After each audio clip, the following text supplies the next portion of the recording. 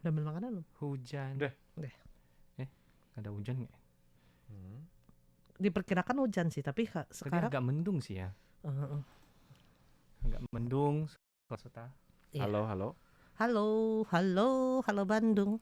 dari Facebook. Kita Belum dulu dilihat. belum lihat, sebentar lagi ngelihat. Ada roaming. Rooming. Rooming tah itu namanya. Iya. Bukannya jet lag. Buffering. Oh iya, buffering. Coba suaranya. Coba bersuara. Tes 1. 1 2 3. Oke, udah. Berisik deh kalau kayak gini deh. Udah masuk belum Ya sebenarnya? udah. Ya. Berarti ya. Halo semuanya. Iya, udah. Berisik ya. Ini sudah saya Farin diperintahkan oleh Kak Yunus suruh kecilin. Kalau nggak berisik katanya. Masuk ya ke dalam. Iya, masuk ke dalam repot juga kalau kayak gini ya. Oke ya. Oke. Oke. Kita mulai ya. 3, 2. Halo, apa kabar semuanya? Kembali lagi ya kita berkumpul untuk acara obrolan bersama dengan RTSI, yang mana di sini kita bertiga ya sudah standby. Ya Iya. saya Farini. Saya Yunus Hendri. Dan saya Adit. Di mana kita hari ini akan ngobrol karena hari ini merupakan hari yang masih fresh. Fresh from the oven, namanya roti. Coba jam-jam segini kalau ngomongin makanan repot ya. Iya. Yang pasti ya kalau dilihat dari penanggalan Imlek ya, ini masih tahun baru Imlek. Jadi baru yang namanya hari kedua seperti judul nih yang sudah dipasang, yaitu hari kedua ya. Hari kerja kedua ya. Hari Setelah kedua. tahun baru Baru Imlek Imlek. ya, karena liburan kemarin cukup panjang loh.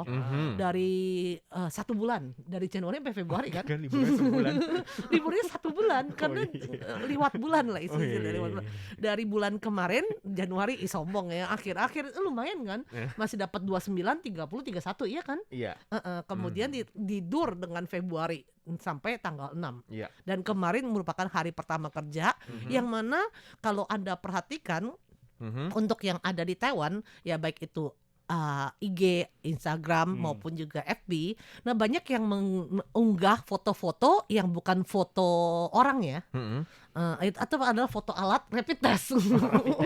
Iya. Itu karena memang Itu dia, diwajibkan ya. banyak kantor-kantor, banyak perusahaan-perusahaan yang mewajibkan karyawannya pada hari pertama kerja itu harus melampirkan rapid test. Untuk RTI enggak juga sih. RTI enggak ya. Untuk saat Karena ini enggak. RTI memberikan kepercayaan ya, harus lapor. Ayo Kak Yunus kemana kemarin selama liburan? Di rumah. Di rumah. Iya, di Kadit rumah, di mana? di Ayo rumah. coba. Di rumah. Yakin. Di rumah dan di Yakin. Di rumah mana gitu? Rumah tetangga, rumah saudara, rumah teman. Di rumah kan. Di rumah. Rumah si dia. Rumah si dia. Iya, pokoknya kan asik. di rumah kan. Benar juga namanya di rumah sih ya. Yang pasti karena itu dia ya, selama liburan yang mana liburan tahun baru Imlek kali ini, liburan festival musim semi ya, itu boleh bilang bukan merupakan liburan yang cukup menyenangkan sih. Oh, Kenapa itu? Satu, nggak berani kemana-mana. Oh iya. Iya kan, liburan panjang. Kedua, hujan dan dingin. Oh iya, selama seminggu ya. Hujan dan dingin nggak sampai seminggu. Kalau yang pasti sih lagi pas hari malam tahun baru ya. Itu hujan. Yunus hujan terus loh. Siangnya masih oke. Oh. Itu cuma Iya. kasih kamu nggak hujan deh. Apa Iya, untuk Habis itu siap-siap. Hujan lagi. Enggak, untuk siap-siap beresin rumah ya, buang. Nah, kemudian hujan. Yang pasti hujan dan dingin. Iya. Dan kemudian Farni berasa ya kali ini untuk kota Taipei nggak terlalu sepi seperti dulu. Oh iya. Kalau sebelum-sebelumnya, apalagi yang pertama kali datang itu sepinya kadang-kadang sampai bilang untuk daerah tertentu seperti kota mati udah. Kota Istilahnya nggak sampai hantu-hantu lah. Istilahnya kok nggak ada kehidupan. Nah, kali ini kok boleh bilang pas lagi malam tahun baru pun masih kedengeran suara kendaraan keluar. Biasanya udah enggak. Oh. Apalagi malam tahun barunya kan kita juga udah hari keberapa libur tuh. Berarti Betul. otomatis orang udah pada yang Sudah katanya pada pulang kampung. pulkam, udah pada pulkam kan, pulang kampung kan. Oh, jadi kemarin tuh di Taipei itu seperti biasanya berarti ya. Oh iya di Taoyuan Wih sombong yang ada di Taoyuan. Oh iya di Taoyuan. Kalau di Taoyuan mungkin lebih sepi kabar ini. Oh iya, kenapa? Karena kan gara-gara yang kasus yang COVID-19 yang katanya di Taoyuan itu merebak kan. Jadi mungkin warga-warga juga takut ke Taoyuan. Jadi mungkin agak sepi. Wisata ya dulu ya. Iya. Tapi memang sih ada beberapa tempat yang cukup ramai juga ya, yaitu tempat makan sih. Itu pasti. Karena karena kadang-kadang ya restorannya kecil itu tutup.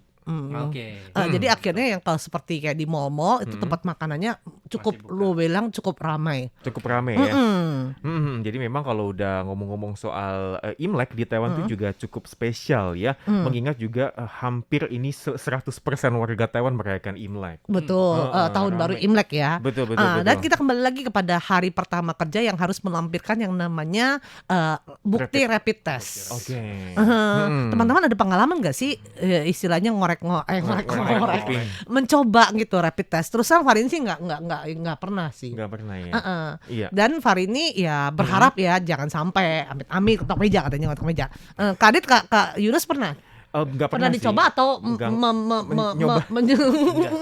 mencoba orang? Nyobain pernah ya. Nyobain pernah. Nyobain orang maksudnya. Gimana pengalamannya tuh? Kebetulan temennya Yunus itu di perusahaan mereka itu juga katanya kemarin itu juga diharuskan itu swab test tadi itu ya. Kemudian hasilnya harus positif baru bisa masuk kerja. Jadi memang itu agak sedikit geli ya. Soalnya itu ini kan seperti cotton bud gitu ya, agak panjang. Kemudian itu dimasukkan ke hidung kiri dan kanan. Kiri dan kanan ya? Iya. Kemudian diputer-puter gitu ya. Nah jadi Yunus juga agak geli juga sih mau masukinnya itu. Udah cukup belum? Teman Yunus bilang masukin lagi.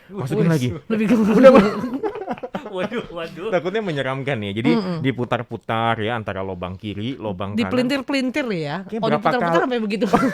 Jadi kedengarannya kayak iklan Oreo diputar, dijilat, dicelup. Iya, jangan dijilat geli ya.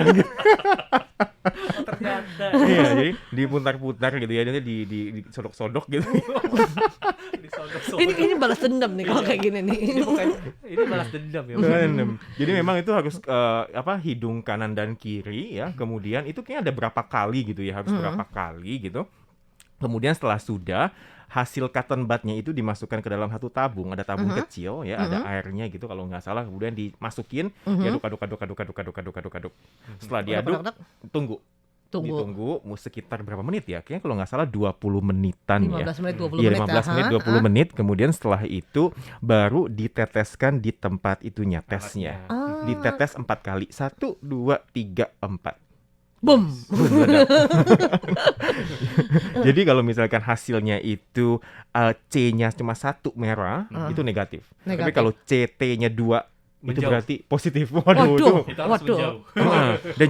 Dan juga ada kadang-kadang tuh bahkan T-nya itu tuh kayak remang-remang gitu. Remang-remang. Ya itu berarti sudah juga menjurus ke arah itu sih. Jadi makanya harus dimasukin ke dalam plastik, kemudian bawa ke pos atau stasiun untuk ini rapid testnya, untuk dilacak lagi lebih ini. Mungkin kan dibilangnya itu mendeteksinya Wei lebih diperhatikan lagi gitu ya. Kalau seandainya putih bersih, nah di C negatif. Itu berarti nggak masalah. Tetapi ya meskipun ini juga ketepatannya tidak terlalu tinggi, tapi setidaknya untuk menjaga banyak kantor-kantor yang karena ya mungkin lagi liburan tanpa terasa mungkin jalan-jalan, ketemu dengan orang yang mungkin ya kena terpapar atau bagaimana ya. Jadi lebih amannya. Dan itu juga ternyata tuh pantasan orang pada demen ngepost ya, karena perjuangannya sakit juga, susah juga ya. Serem sih itu sampai air matanya keluar gitu loh. Sampai temennya itu air matanya keluar. Ada yang bilang gak nyaman sekali. Cukup sekali saja dan mudah-mudahan kembali lagi semoga pandemi cepat berlalu deh. Iya, dan juga teman-teman kita sepertinya teman-teman PMA kita ya juga ada yang bilang katanya, aku tuh Mas katanya sebelum aku itu libur Imlek itu harus melaporkan dulu mau kemana, di planning dulu gitu ya. Hari pertama tanggal berapa mau kemana gitu, baru diserahkan kepada pihak perusahaan dan dilihat dilihat disetujui atau tidak. Ya begitu. Jadi memang sampai sebegitu ininya ya, ketatnya sih. Untuk menjaga ya, karena dengan demikian sedakdaknya kalau seandainya Anda kasih laporan, Anda mikir saya kasih taunya saya bakalannya kemana-mana aja nih kalau dia jangan melenceng jauh atau gimana seandainya itu pun pas balik juga mesti laporan lagi ya. Laporan lagi. Ya, tapi meski begitu kan di sini juga ada kabar baik kan ya, katanya itu sudah ada yang namanya PMA, baik itu dari Indonesia atau yang lain juga sudah diperbolehkan untuk masuk kembali ke Taiwan. Dan ya, memang kan kita tahu biasanya kan di Indonesia kan sudah masuk. Oh iya.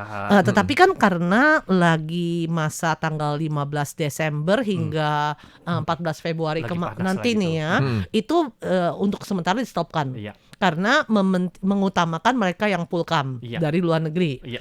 Nah, kemudian juga menggunakan istilahnya sistem poinnya. Poin ini berapa, poin ini berapa, tapi ini sudah ditiadakan dan tidak hanya Indonesia saja ya, untuk juga terbuka untuk Vietnam, Filipina, untuk kembali lagi bisa masuk ke Taiwan. Jadi ya secara bertahap deh, mudah-mudahan bisa lagi kembali normal ya. Iya, iya. Jadi memang teman-teman yang mungkin sempat tertahankan ya, nggak bisa terbang, mungkin saat ini sudah ada berita yang positif, yaitu semenjak tanggal 15 Februari ini ya. Jadi sudah dibuka ya, tidak hanya Indonesia tapi juga Filipina, kemudian juga Vietnam, kemudian juga Thailand ini boleh masuk ke Taiwan ya bagi tapi teman-teman PMA-nya. Apa itu, Kak persyaratannya Fahmi? yaitu sudah divaksinasi lengkap. Vaksinasi lengkap. Kedua ya. Minimal ya. Kalau seandainya ada sudah booster ya? itu lebih bagus lagi. Bahkan untuk di Taiwan ini sekarang juga lagi menghimbau agar masyarakat itu lebih meningkatkan yang namanya tingkat vaksinasi.